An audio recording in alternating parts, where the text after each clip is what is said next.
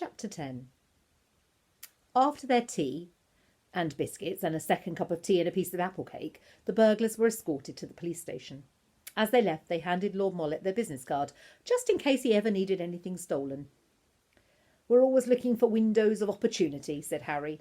"Yeah, for our business." Joe pointed to their matching red jumpers with the Snatch and Grab logo. "Now, Tally," Lord Mollet said, as they stood on the steps of Mollet Manor, "I think you should come and visit me in my study every day. A brain like yours shouldn't go to waste.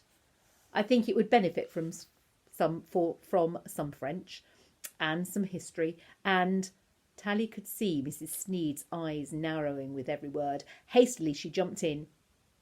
"Mrs. Sneed has taught me a lot herself." She crossed her fingers behind her back again and hoped that such a big lie wouldn't matter. "Ah," Lord Mollet smiled and nodded his approval.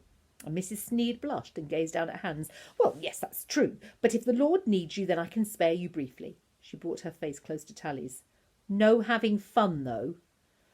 "Oh, Tally," Miss Mollet's shrill voice broke in, "I need you to visit me too. I have lots of things to organise. I need someone to teach me to tie my shoelaces for a start. I can never remember what you do once you've made the bunny ears." Tally hid a smile, and she noticed that Lady Mollet had somehow managed to tie her shoes together.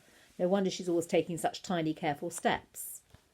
They all went inside, and Tally shut the wooden doors of Mollet Manor behind them. The Lord's belongings were back safe, and the burglars would be taken care of. First thing in the morning, Tally would fit a new lock to the old entranceway behind the dresser. Tally smiled. No one found out about the secret library, and she'd managed to make everyone happy again. "Not bad for a girl who sleeps in the kitchen sink," Tally murmured to Squill. Her pocket wriggled in reply. From then on, life became a little easier for Tally. She had Squill, she had a new friend in Lord Mollet, and she had the secret library. Every day, after her lessons in French and ancient history, Tally sneaked out to the secret library, and there she read all sorts of wonderful things, like how elephants find water, and how bumblebees fly, and what kind of poison is in a venomous snake. Sometimes she'd allow herself to read about baby animals and their mothers, and once she was even able to watch a little orangutan clinging to its mother's side as they swung through the trees. One afternoon in the secret library, Tally was reading about understanding different dog barks. She opened the book, and a little chihuahua floated out. It ran in circles around her feet and yapped playfully.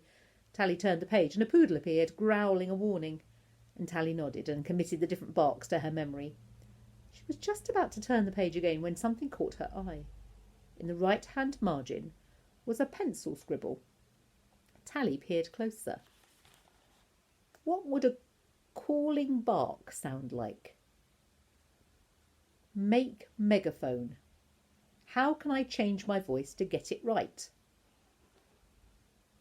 Tally frowned. Who had written that note? One of the secret keepers before her. A thrill ran through her.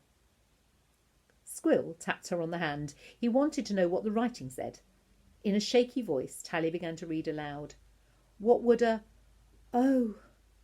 Tally's heart skipped a beat. Out of the book rose a hologram. It was a young girl, about Tally's age. She had curly blonde hair and a collection of bracelets on her wrist, and Tally knew her instantly. It was Ma. Ma as a girl.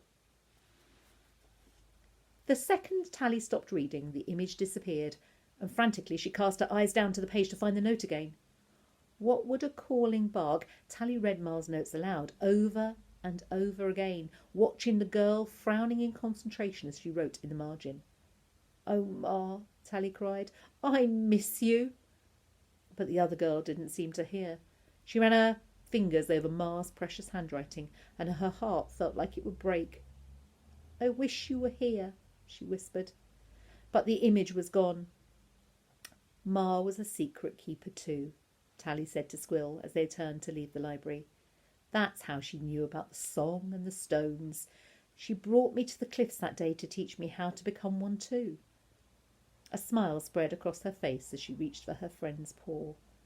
"I'm going to find out more about my mother, Squill," she said firmly, "and the secret library is going to help me." And that's the end of our story. I hope you liked it.